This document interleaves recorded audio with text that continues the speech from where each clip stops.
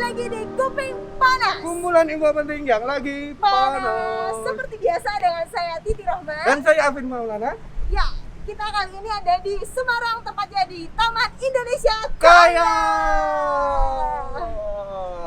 Kenapa kita di Semarang? Tahu Kenapa? nggak? Nggak tahu. Karena kita sudah janjian dengan narasumber yang Wow. sangat spesial. Penasaran nggak seperti apa? Yuk ikutin terus. Oke.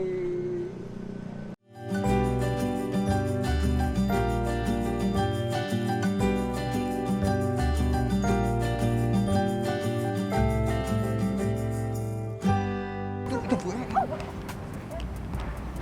Selamat siang, Ibu. Halo, siang, Ibu. selamat siang. Aduh, udah lama ya nunggunya. Enggak sih, baru sebentar aja. Saya sambil lihat-lihat nih, seger nih lihat taman. Oke. Sobat Bersinar, jadi ini dia narasumber kita hari ini. Sangat cantik ya, ada Bu En Erliana. Iya. Kita mau ngobrol apa sih ini, Titi? Kita akan membahas tidak jauh-jauh dari bea dan cukai dan tembakau ya pastinya. Yang Tapi pasti sebelum itu, tentang dana Hah? bagi hasil DBHCHT. oke. Jadi tapi sebelum itu kita akan minta tolong sama kru, tolong dong. Terima kasih. Karena kalau nggak pakai ini kita nanti tanya. Kayak settingan sekali. Iya. Wow, luar biasa. Iya. Oke. Ya, Vin, Bu En Erliana ini merupakan praktisi yang mengampu mengenai DBHCHT ya Bu ya, dana hasil cukai tembakau Yes. dari pemerintah Provinsi Jawa Tengah. Iya. Seperti apa ya itu ya? Iya. Sebenarnya apa sih itu Bu? DBHCHT, dana bagi hasil cukai hasil tembakau itu seperti apa? Jadi DBHCHT itu adalah kepanjangan dari singkatan dana bagi hasil cukai hasil tembakau. Lebih kerennya itu disingkat DBHCHT. Itu adalah bagian dari transfer ke daerah yang dibagikan kepada provinsi penghasil cukai dan atau provinsi penghasil tembakau. Itu sebesar 2% dari penerimaan cukai. Jadi salah satunya juga Kabupaten Klaten yang menerima dana tersebut ya, karena di 12 kecamatan itu di Klaten juga merupakan penghasil terbesar tembakau begitu. Lalu Bu, bagaimana sih peraturan dalam mengelola program DBHCHT ini Bu? Jadi begini Mbak, kalau sekarang ini memang fokus regulasi untuk penggunaan dana bagi hasil cukai hasil tembakau ini berfokus pada kuantitas jaminan kesehatan. Selain jaminan kesehatan, itu juga berfokus kepada pemulihan perekonomian daerah.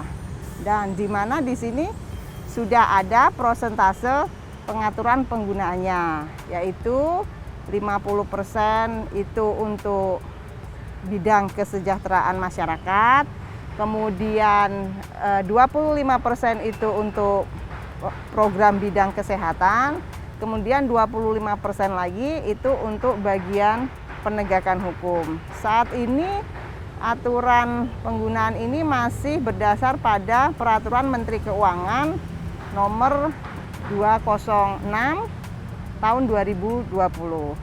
Nah, menarik sekali ini Bu untuk berdiskusi tentang DBHCHT lah. Ibu En di sini kan sebagai praktisi dana DBHCHT dari pemerintah provinsi nggih Bu. Nah, pemerintah provinsi sendiri peranannya seperti apa untuk dana DBHCHT? Jadi gini Mas Alvin, sesuai amanat Undang-Undang nomor 39 tahun 2007 ya, itu tentang cukai pasal 66A, memang bahwa gubernur itu selaku pemerintah Provinsi Jawa Tengah ya mengelola dan membagi dana bagi hasil cukai hasil tembakau ini ke kabupaten kota yang ada di wilayahnya. Jadi peranan dari pemerintah provinsi setelah kita mengalokasikan itu ke teman-teman pemerintah kabupaten kota, kita memonitoring supaya anggaran ini dilaksanakan sesuai dengan penggunaannya tadi yang sudah saya sampaikan di depan. Kan ada prosentase komposisi bidangnya gitu. Berarti ada harapan khusus nggak dari Provinsi Jawa Tengah mengenai kan uangnya sudah disalurkan di kabupaten kota, ada harapan khusus ya yang sudah disampaikan ke kabupaten kota penerima DBHCHT ini, Bu? Harapannya ya supaya anggaran yang sudah diterima teman-teman kabupaten kota ini bisa dimanfaatkan secara maksimal mungkin. Jadi tidak ada sisa ya, tidak ada silpa. Jadi mereka bisa segera menyalurkan, kemudian otomatis akan bermanfaat nih bagi masyarakat yang ada di daerah. Tadi kan ada di bidang kesejahteraan masyarakat nih. Jadi teman-teman di daerah itu masyarakatnya bisa mendapatkan bantuan-bantuan, meliputi bantuan tunai juga bisa, kemudian bantuan modal usaha juga bisa. Selain itu juga bisa juga ke kesehatan. Jadi bisa mengobati masyarakat yang ada di daerahnya. Terutama ini kan kita masih dalam rangka pandemi Covid ya, sangat sangat bermanfaat di situ DBHCHT bisa untuk penanganan pandemi juga. Nah, selain itu juga diharapkan bisa memberikan edukasi dan sosialisasi kepada masyarakat nih mengenai bahayanya rokok ilegal. Nah, itu. Jadi karena apa? Dengan rokok ilegal ini otomatis kan akan menimbulkan kerugian negara. Betul. Karena tidak menambah pendapatan kepada negara. Padahal jika rokok ini legal, otomatis akan mendapatkan cukai ke negara. Dan kalau misalkan pendapatan negara itu besar, otomatis insya Allah masyarakatnya kan akan juga ikut merasakan. Ya. Jadi dari negara, dari masyarakat kembali ke masyarakat. Nah, iya. Luar biasa. Dan jangan lupa gempur Rokok ilegal. Ya seperti jalan-jalannya sudah halus-halus ini juga termasuk ya Bu. Iya. Termasuk dari dana-dana dari cukai rokok ya. Kan tidak hanya itu, seperti kita ini mensosialisasikan kepada masyarakat juga termasuk Oh ya, Bu, ya? iya, makanya gempur rokok ilegal. Dan kita spesial kali ini juga karena Bea dan Cukai kerjasama dengan Diskominfo Kabupaten Klaten. Klaten. Oke Ibu, mengenai tulisan Ibu sebagai praktisi dari Tulisan dana yang mana DBHCHT. nih? Tulisannya Nah, yang mana? tulisannya udah banyak. Wah Jadi banyak. bingung loh yang mana Dokter ditanya Undip nih. bos.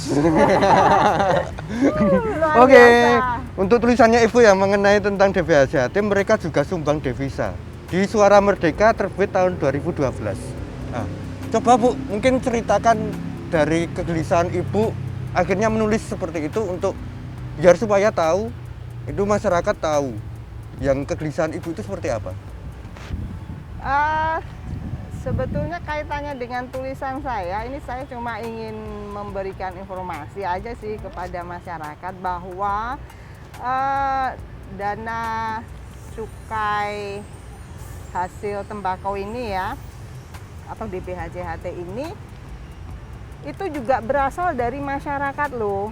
Nah, bagi masyarakat misal nih, mereka yang membeli rokok legal atau perokoknya ya, dengan membeli rokok yang legal, kan otomatis mereka ini disebut penyumbang devisa loh. Iya kan? Menambah masukan ke negara. Kalau belinya rokok ilegal, kan sama saja tadi seperti yang disampaikan, justru merugikan negara. Karena memang rokok ilegal ini memang murah dia, karena tidak ada pita cukainya. Ya, betul sekali. Nah, seperti itu. Jadi saya ingin memberikan gambaran lah. Edukasi juga ini ya. Iya, Berarti tulisan juga Ibu juga edukasi pada masyarakat. bahwa masyarakat ini juga pahlawan devisa loh. Kan tulisannya nggak hanya satu nih Bu, ternyata juga ada di Suara Merdeka terbit tahun 2019 tuh mengenai cukai tembakau untuk jaminan kesehatan, seperti yang disebutkan Ibu di awal tadi ya. Tapi kan ini pure tulisan Ibu. Can you tell me about it? Soal Inggris. Soal Inggris nggak apa ya. Agak kedengaran gimana gitu ya. Oke Bu, mau lanjutkan Bu. Kaitannya dengan untuk kepentingan kesehatan. Nah, tadi ini rokok itu stigmanya memang biasanya nih, wah dengan merokok kan ini kesehatan nih, kontradiksi dengan kesehatan. Padahal dari dana ini juga untuk mengobati, untuk kepentingan kesehatan juga, bisa untuk misalnya pembelian alat-alat kesehatan, terus pengobatan, kemudian memberikan pelayanan kepada masyarakat, termasuk iuran jaminan itu kembali lagi kepada masyarakat nih. Yang paling terasa memang sekarang nih kita sedang, tadi Mas Alvin sampaikan kan, kita sedang pandemi nih. Ternyata itu bisa loh untuk kegiatan menangani pandemi COVID ya. Jadi nggak hanya kan takutnya nih masyarakat, oh dana itu untuk apa sih sebetulnya masuk pada negara. Nah ini kita sampaikan bahwa dana itu kepentingannya banyak, penggunaannya banyak. Tadi seperti yang sudah saya sampaikan. Ya. Jumlahnya juga sangat banyak, jadi kita harus menyerap dananya itu dengan baik ya, gitu. Betul. Salah satunya dengan jaminan kesehatan. Ngomong-ngomong nih Alvin dan Bu En, tadi kan sebelum kita mulai dan kita bertemu tuh saya sempat ini nih cari tahu soal Bu En gitu. Di CV sudah tertera juga. Di CV Karena sudah Bu tertera. En ini pernah mengisi seminar internasional karena berhubung Bu En ini masih melanjutkan S3-nya ya Bu ya. Benar ya? Di Undip benar Ibu? Wow. Ya. Dan luar biasanya seminar ini dihadiri oleh para negara tetangga. Jadi Bu En sebagai pembicara mengenai tentunya nggak jauh-jauh dari DBHCHT atau Allocation of Fund for Implementation of Tobacco Product Excise di Central Java khususnya. Wow. Boleh Bu cerita tentang soal itu ya kan? Meskipun ini bahasa Inggris tapi kan ceritanya pakai bahasa Indonesia karena yang melihat kita banyak kan orang Indonesia. Dan nanti kita juga kesulitan untuk translate-nya Bu. Nanti kalau bahasa Inggris. Jadi mohon untuk dijelaskan dengan bahasa Indonesia. Nanti Mas Alvin harus menerjemahkan dulu. Iya. Iya, jadi pada waktu itu saya menyampaikan tentang dana bagi hasil cukai hasil tembakau ketika seminar internasional yang kemudian memang dihadiri beberapa dari negara sahabat ya. Itu saya di situ sih hanya berbicara tentang pemanfaatan dana bagi hasil cukai hasil tembakau yang ada di Provinsi Jawa Tengah. Tentu saja di mana penggunaannya itu kita memang masih berkisar kepada 5 program kegiatan. Itu yang pertama ada peningkatan kualitas bahan baku, kemudian ada pembinaan industri, kemudian ada pembinaan lingkungan sosial, kemudian ada sosialisasi ketentuan di bidang cukai. Selain itu ada pemberantasan barang kena cukai ilegal, seperti itu. Pada saat seminar itu apakah pada excited atau gimana Bu? Ya iya sih, karena mungkin mereka tertarik, oh apa itu DBHCHT, kan mungkin yang belum familiar kan apa sih itu, terus tentang dana bagi hasil juga hasil tembakau itu apa, untuk apa, kan seperti itu. Oh ternyata penggunaannya itu macam-macam ya, itu mereka malah baru tahu. Ada itu. feedbacknya nggak? Mungkin ada yang ngasih masukan, saran untuk Atau ke depan, malah gitu. ada yang mereplikasi dari negara Ya, tetangga. betul Oh ternyata sekali. di Indonesia itu ada DBHCHT, terus kemudian di negara tetangga juga ikut-ikutan atau bagaimana Bu? Ya mereka memang ada juga ya, rokok itu kan di negara tetangga juga ada. Ya sebetulnya prinsip hampir sama.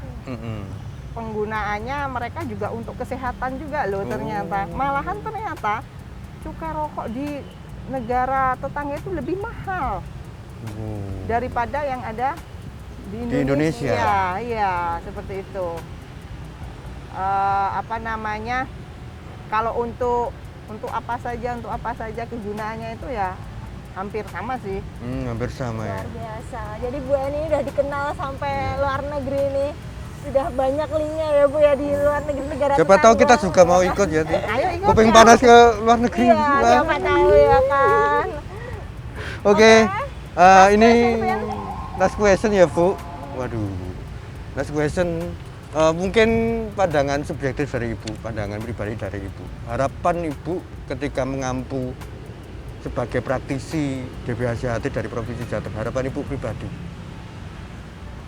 Harapan saya pribadi yang pertama, ya teman-teman ketika melaksanakan kegiatan yang bersumber dari dana bagi hasil cukai hasil tembakau ini tetap sesuai koridor peraturan ketentuan yang ada, karena kan dana ini juga dievaluasi nih oleh pemerintah pusat.